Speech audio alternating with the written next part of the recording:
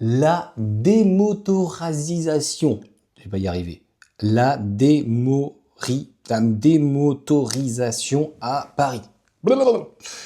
Vieillissement partout ailleurs, le grand écart automobile 2026, c'est lui qui m'avait envoyé cette information, donc merci à lui. N'hésitez pas en tout cas à pousser la vidéo, à la partager, ça permet de booster. C'est pas des vidéos forcément, je le sais très bien, bande de petits coquins, ça fait 3 ans quand même que je vous connais, je sais pas qu'ils vous plaisent, mais c'est pas des vidéos punchline, c'est pas des vidéos où on vient entre guillemets faire le buzz. Le but c'est de faire une vidéo explicative et notamment moins de voitures en Île-de-France, mais de plus en plus vieilles. Il y a de quoi en fait s'inquiéter, et notamment pour l'environnement, mais aussi pour la sécurité. Un véhicule qui est très vieux, 20-30 ans, je suis désolé, n'a pas la même sécurité qu'un véhicule qui est neuf. C'est aussi simple que ça.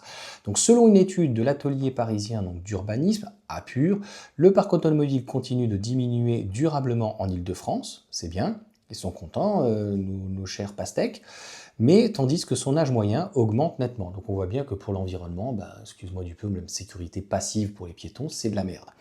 Donc en fait, on essaye de virer de la ville, des centres urbains, des gens, puisqu'on essaye de les dégoûter sur la vitesse, on invente des trucs, on fout des dodanes de partout, on rend de toute façon le stationnement très compliqué, très cher, tout ce que vous voulez. Et puis voilà, les points clés donc.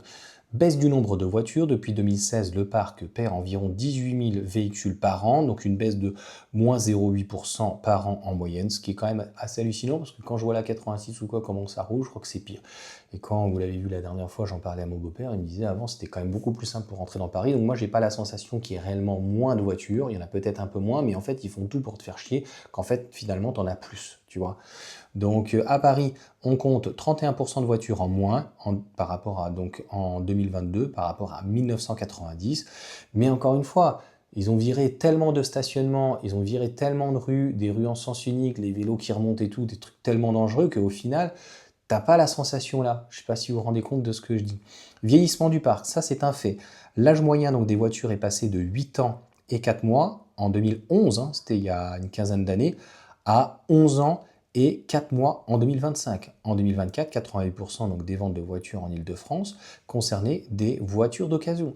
Alors en soi, c'est pas très grave, on nous parle de recyclage, mais encore une fois, pour la sécurité et l'environnement, c'est pas terrible. Et un véhicule, à un moment donné, quand il a vécu, il faut qu'il aille à la casse. Le recyclage, c'est bien aussi. Alors, cause principale, embouteillage chronique, le coût élevé du stationnement, les restrictions de circulation, ZFE, etc., meilleure offre de transport en commun et développement des mobilités douces. Ils sont gentils, j'y crois pas trop non plus, je pense qu'il y a aussi l'effet télétravail, parce que franchement, on est quand même mieux. Moi, je suis pro voiture individuelle. Parce que franchement, aller dans les transports en commun, déjà c'est très cher, sauf pour les autres, bizarrement. Et les autres, quand tu les vois sur le bord de la route en train d'attendre, machin, ça fait un peu peur. Hein. C'est chicha, RSA, quoi. Je suis désolé, hein, mais c'est vraiment comme ça. C'est wesh, wallah, machin, bidule. Enfin, ça sent pas toujours très très bon. Moi, ça me fait vraiment pas rêver. Hein. Si c'est pour finir comme ça en ville, autant aller dans ces cas-là, dans les petits villages, t'es plutôt au calme. Hein. Cette tendance donc, touche à la fois Paris et la petite couronne, même si la baisse est un peu moins forte en banlieue. Elle s'inscrit dans un mouvement plus large observé dans les grandes agglomérations françaises. En résumé, les franciliens possèdent de moins en moins de voitures, mais ils les gardent plus longtemps. Et ça, c'est vraiment dommage. C'est vraiment le côté bolchevique, la cubanisation un petit peu de tout ça. Au niveau national, parce que je suis allé chercher un peu plus d'informations en me disant est-ce que comment on est, même si j'avais un peu les informations. Donc le nombre de voitures, le parc continue donc de croître légèrement avec plus 1% par rapport il y a un an. Au 1er janvier 2025, on compte 39,7 millions de voitures particulières en circulation contre environ 39,4 environ, donc un an plus tôt. La croissance est faible mais positive, contrairement à la baisse observée donc en Île-de-France. Et la baisse, elle est globale en France, mais même au niveau du kilométrage. Donc en fait, il vaudrait mieux avoir des véhicules électriques et que la personne fasse 10-20 000 km par an, et notamment privilégier, au-delà de l'éco-conduite, les machins bidules, c'est surtout de proposer, il y a déjà des applications Blablacar ou autres qui servent à ça, mais de proposer éventuellement du covoiturage. Je suis pas un grand fan du covoiturage parce que ça a des contraintes, faut attendre les gens, je l'ai déjà fait juste même pour dépanner sans donner de l'argent ou quoi, demander de l'argent ou quoi machin, mais on peut être tributaire malheureusement, mais je vois bien qu'il y a des personnes qui habitent pratiquement au même endroit, ils sont collègues et chacun part de leur côté. Ça c'est par contre un autre problème plus égoïste et je le vois quand je vais en région, enfin dans Paris même, ça arrive rarement, quand il y a la voie de covoiturage et tout le long je vois des gens qui sont seuls en effet. Après je peux comprendre que les gens n'ont pas envie de prendre les transports en commun parce que l'insécurité. Vraiment, pour faire simple. La différence, donc, je vous disais, le parc moyen, donc on est sur un parc vieillissant aussi, on est à 11,5 ans en 2025 contre 11,1 en 2024. Donc, c'est des informations en plus de parc roulant, de AAA Data, parle même de 12,3 ans fin 2025. Les voitures restent plus longtemps en circulation. Ça, je vous avais déjà fait une vidéo là-dessus où c'est vraiment inquiétant. Dans les années 70-80, ce n'était pas le cas. Alors c'est vrai qu'il y avait 100 bornes qui en parlaient bien là-dessus.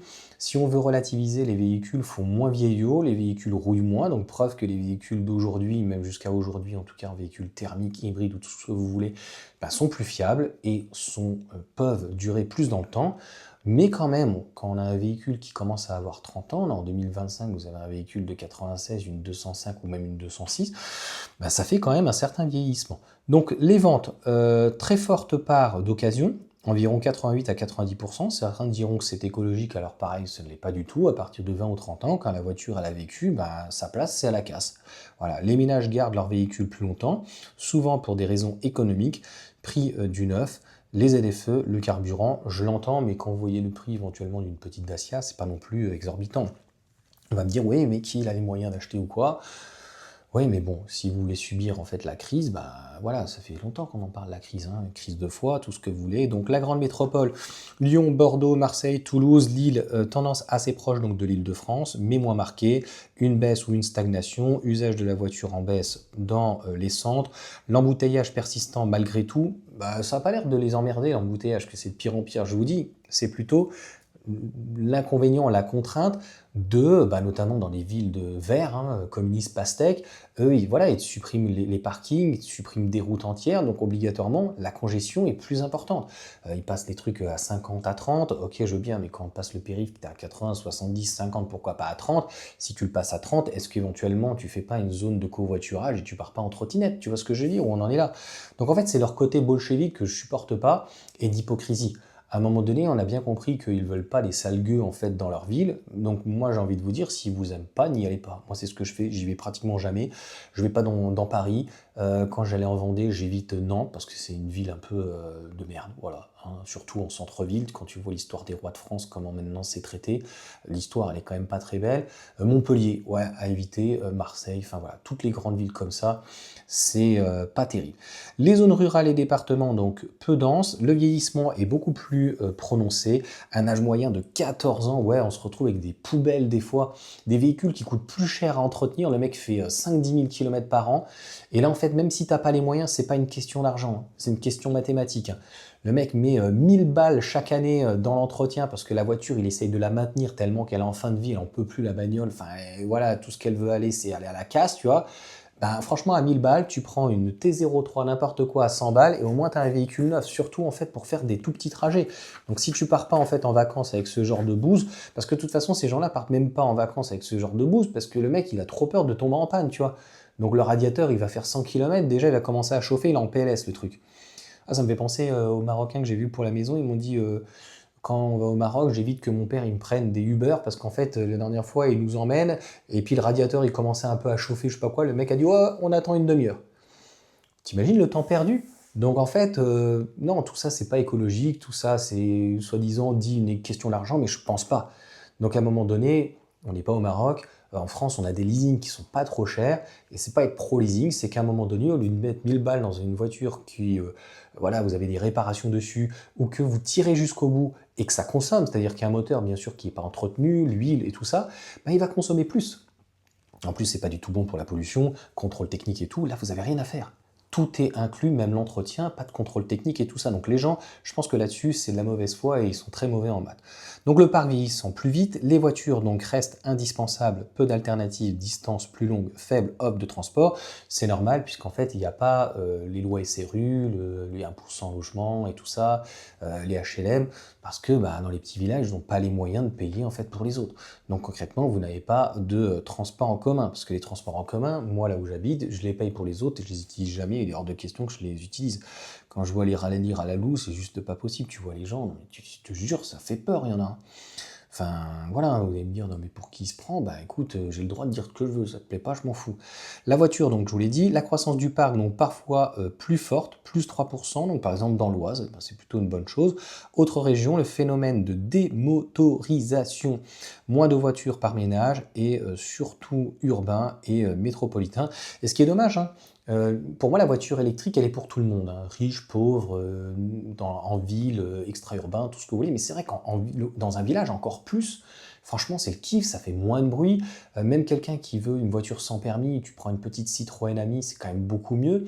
Donc il y a tout ça qui vraiment s'inscrit et de pouvoir recharger finalement à la maison. Parce que comme je vous ai dit, comme ils n'ont pas de transport en commun, parce qu'il y a moins de logements, il y a moins d'HLM, il y a moins de social, donc moins d'immeubles aussi, je le vois en Vendée, tous les villages, il n'y a que des maisons, c'est des maisons de plein pied. Voilà, vous avez d'ailleurs une obligation de créer 2 places de parking sur votre terrain. Donc vous avez le stationnement normalement qui est prévu. Le point commun à toute la France, un verdissement lent, diesel en recul, c'est le seul truc qui est positif, je trouve. Moins de 50% du parc, essence stable et hausse hybride électrique progresse, mais reste minoritaire, environ 9 à 11% des alternatives dans les grandes agglomérations. Bon, on est monté à 28 là, c'est plutôt pas mal. Cause du vieillissement, coût élevé des voitures neuves, inflation, restrictions environnemental, rapport d'achat, allongement donc de la durée de vie des véhicules, conséquence plus de contrôle technique, plus d'entretien, réparation, on n'en parlera pas des contrôles techniques, hein. Oui, bon il est parfait. Donc pour moi, des personnes vraiment qui n'ont pas l'argent, je peux comprendre parfaitement, tu as un budget de 1000 balles, 2000 balles, 3000 balles, tu trouves vraiment pas un beau véhicule, tu trouves des merguez, alors qu'avant, 3-4 000 balles, même 500 balles, des fois tu trouvais une voiture qui avait une Citroën AX, là, à 500 balles, j'avais un voisin qui la vendait 70 000 km, ou je sais pas quoi, j'avais une 206 plus, même à 4, 5, 6 000 balles, il y avait. Aujourd'hui, il n'y a plus, à 5-10 000 balles, on retrouve des véhicules qui ont des fois plus de 10 ans, 200 000 km, et je peux comprendre que tu n'as pas envie de mettre autant d'argent dans un véhicule quand même qui est déjà kilométré et qui est déjà au milieu, voire aux 3 quarts de sa vie. C'est là où, encore une fois, si on n'est pas un gros rouleur, qu'on est dans des zones rurales et qu'on veut un véhicule juste pour faire des tours, moi comme je voyais des gens sur Chaland ou autre ou quoi machin, tu gardes à la limite ta voiture pour partir en vacances, surtout si tu en as deux, et il y en a une des deux que tu sautes. Mais les gens, en fait, ils fonctionnent pas du tout comme ça. Ils voient pas les aides qu'ils peuvent avoir et le potentiel qu'ils peuvent avoir sans éventuellement même acheter. Et si ils se rendaient compte que l'essence qu'ils mettent éventuellement au quotidien, ça serait uniquement le coût du leasing, et il suffit de faire attention. Ça, c'est un autre problème. J'ai remarqué aussi que beaucoup de gens, moi j'appelle ça des cassos, hein, ça n'a pas de couleur, hein, ces gens-là. J'avais des voisins, ils étaient bien blancs, et je peux te dire que quand on dit cassos, en fait, ils prennent pas soin des choses. Donc en effet, si tu prends pas soin du leasing, alors que c'est pas compliqué, ton gamin, il ne doit pas prendre le gravier et faire des dessins sur la voiture. Ouais, j'en ai vu, c'est pour ça que je vous en raconte. Eh bien franchement, la voiture, si elle est en propre, moi je vois mes enfants la Mégane, elle est neuve.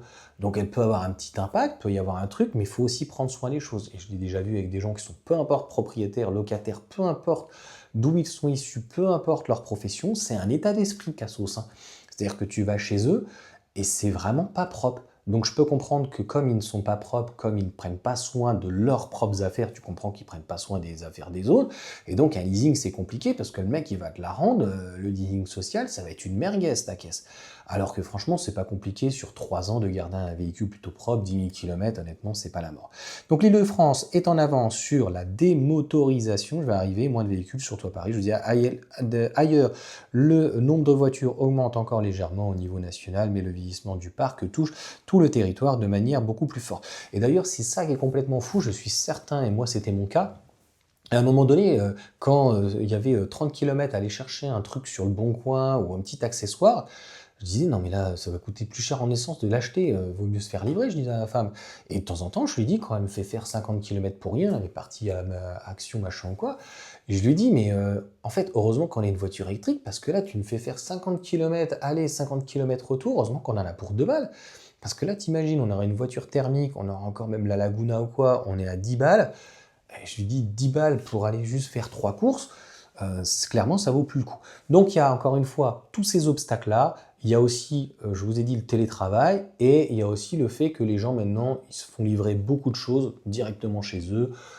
Voilà, que ce soit un village ou pas, c'est quand même assez fou de se dire que dans un village, vous n'avez même plus besoin de connexion, vous avez un Starlink, vous avez du photovoltaïque si vous voulez, vous pouvez être complètement indépendant et vous pouvez vous faire livrer en plus tous les jours par vos produits Amazon ou quoi, sans devoir à se déplacer ou quoi. Donc oui, en effet, c'est une tendance de toute façon qui va continuer, qui est baissière, et ça c'est dommage parce que c'est vrai que la voiture, d'une manière globale, individuelle, c'est l'émancipation. Parce que le problème aussi du bus, moi je vois quand je veux aller sur Saint-Quentin-en-Yvelines, j'en ai pour 10 minutes. Si je prenais le bus, je le sais, c'est 30 minutes. Je ramenais une fois mon enduiseur, il en avait pour 45 minutes. Il me dit, bah, si tu veux, tu m'amènes dans Saint-Quentin. Je dis, je vais te ramener directement chez toi à la Verrière, ça va aller plus vite, tu vois. Ça va me faire gagner perdre de 5 minutes, mais au moins tu es chez toi et ça t'évite de reprendre Saint-Quentin, à Verrières, machin bidule. Donc ça aussi, c'est quand même aussi une problématique.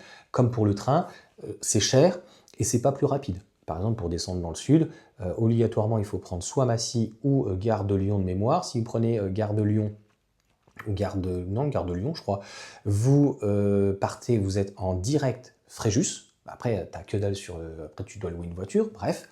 Donc, encore une problématique. Si tu prends Massy, tu t'arrêtes à Marseille. Je sais pas pour quelle raison. Et une escale d'1 heure, parce que tu changes de truc. Donc au final, ce que tu gagnes, tu le perds dans tous ces intermédiaires. Et c'est pour ça que je prenais plus le train entre 5 et 6 heures. C'est sûr que c'est plus reposant que la voiture. L'avion, c'était plutôt pas mal, 1h20 à peu près, donc une demi-heure après avec Nice. Donc en gros, on va dire 2 heures. 2 heures et demie, c'est assez fou de se dire que on part de Nice et puis 2 heures après, on est sur la capitale, ou inversement, quelqu'un qui veut aller à la plage. Et par contre, faut-il être à côté d'Orly? Ça arrivera demain avec le Grand Paris, ça sera plutôt assez pratique. Mais ça a aussi un coût. Et le coût aussi d'avoir des enfants. Donc quand là, on est à 5, c'est comme pour partir d'ailleurs au Maroc. Là, les gens que j'ai pu voir là, pour la maison me disent ils vont partir, ils rentrent chez eux, ils vont voir la famille, 1600 euros. Je dis, rien que l'aller-retour, ça coûte ça, tu vois. Donc c'est vrai qu'avec un véhicule électrique, là vous partez avec une Tesla au Maroc, ça va vous coûter combien, franchement? Je n'ai pas la conscience, peut-être 200-300 balles. Par contre, il faut se les taper les heures de route. Et par contre, à 5, c'est sûr que c'est vraiment pas cher. Donc encore une fois, les transports en commun, c'est bien quand on est seul. Et bus, train, tout ce que vous voulez. Mais quand on part à plusieurs dans une voiture, bien sûr, on l'amortit. C'est comme une maison. Quand vous êtes à plusieurs dans une maison, l'électricité, le chauffage, des fois la bouffe, que vous fassiez pour 2, pour 5 ou limite des fois pour 6 ou 7 ou 10, ça revient à peu près à la même chose. Après, sauf si vous avez trop de femmes à la maison et qui vous vident le ballon d'eau chaude, mais ça, c'est un autre problème. Voilà pour cette petite vidéo. N'hésitez pas à mettre un petit commentaire, à me dire ce que vous en pensez. Et c'est un petit peu triste, encore une fois, pour ce moyen de transport qui est, je trouve, encore une fois, extrêmement émancipatoire. Allez, sur ce, ciao à tous.